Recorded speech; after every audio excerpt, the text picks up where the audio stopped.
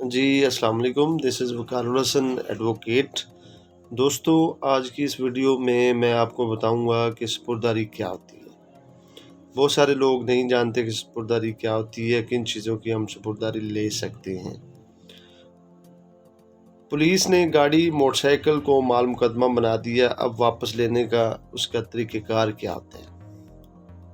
جب بھی کسی جائیداد منقولہ یعنی کہ جو موویبل پراپرٹی ہوتی ہے، مثال کے طور پہ ٹریکٹر ہے، بس ہے، موٹر سائیکل ہے، پستول ہے، بندوق ہے، موبائل وغیرہ ہیں، اس کی بابت کوئی مقدمہ درج ہوتا ہے یا کسی ملزم کی گرفتاری کے ساتھ اس کی موویبل پراپرٹی کو پولیس اپنی حراست میں لے لیتی ہے۔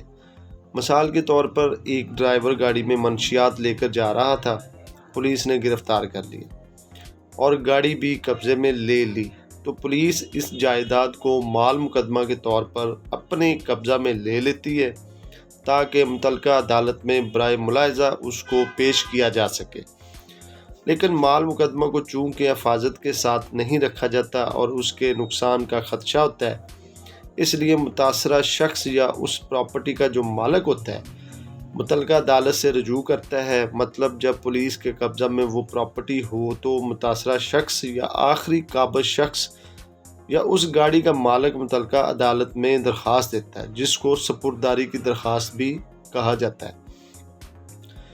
اس درخواست میں یہ موقف اختیار کیا جاتا ہے کہ پولیس کے قبضہ میں آپ کی گاڑی، موٹر سائیکل یا کچھ بھی ہے، پولیس کی کسٹڈی میں اس کی حفاظت نہیں ہو رہی، مال خراب ہونے کا خدشہ ہے، لہٰذا مال مقدمہ میرے سپرد کیا جائے۔ ساتھ ہی اس کا ذکر کیا جاتا ہے کہ میں ضامن دینے کے لیے تیار ہوں۔ اگر بڑی گاڑی یا زیادہ مالیت کا سامان ہے تو عدالت ضمانتی مچلکے طلب کر سکتی ہے۔ اس درخواست کے بعد عدالت متعلقہ پولیس اسٹیشن سے رپورٹ طلب کرتی ہے، SHO سے رپورٹ طلب کی جاتی ہے اور آپ کو گاڑی، موٹر سائیکل یا جو بھی مال مقدمہ ہے اس کو آپ کے سپرد کر دیتی ہے۔ سپرداری میں 2 سے 3 دن میں گاڑی اور دیگر مال مقدمہ کی سپرداری ہو جاتی ہے، اس سے زیادہ ٹائم نہیں لگتا۔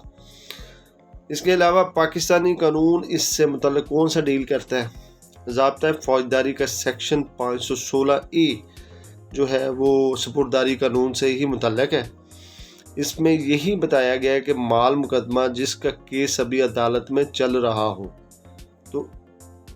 تو اس صورت میں عدالت خود سے یا کسی کی درخواست پر جو اس مال مقدمہ کا مالک ہو یا آخری قابض ہو اس کے حوالے وہ مال کر سکتی ہے، ضمانتی مچلکے لے کر یا بغیر ضمانتی مچلکوں کے، یہ ڈیپینڈ کرتا ہے کورٹ کے اوپر۔ اس کے علاوہ سپرداری سے متعلق چند اہم کیس لاز۔ پراپرٹی آخری قابض کو دی جا سکتی ہے جس کے قبضے میں پراپرٹی تھی، PCRLJ 288/1973۔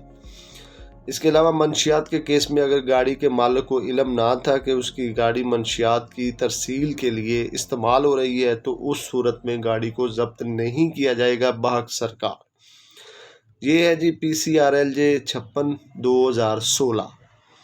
نان کسٹم گاڑی کو پولیس نے پکڑا ہے تب بھی گاڑی کی سپرداری دی جا سکتی ہے جس کے قبضے سے وہ گاڑی لی ہو، YLR 2088/2013۔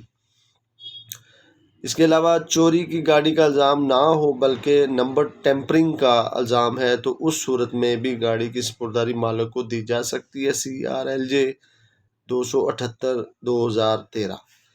تو اس کے ساتھ ہی مجھے اجازت دیں، بہت شکریہ، اللہ حافظ۔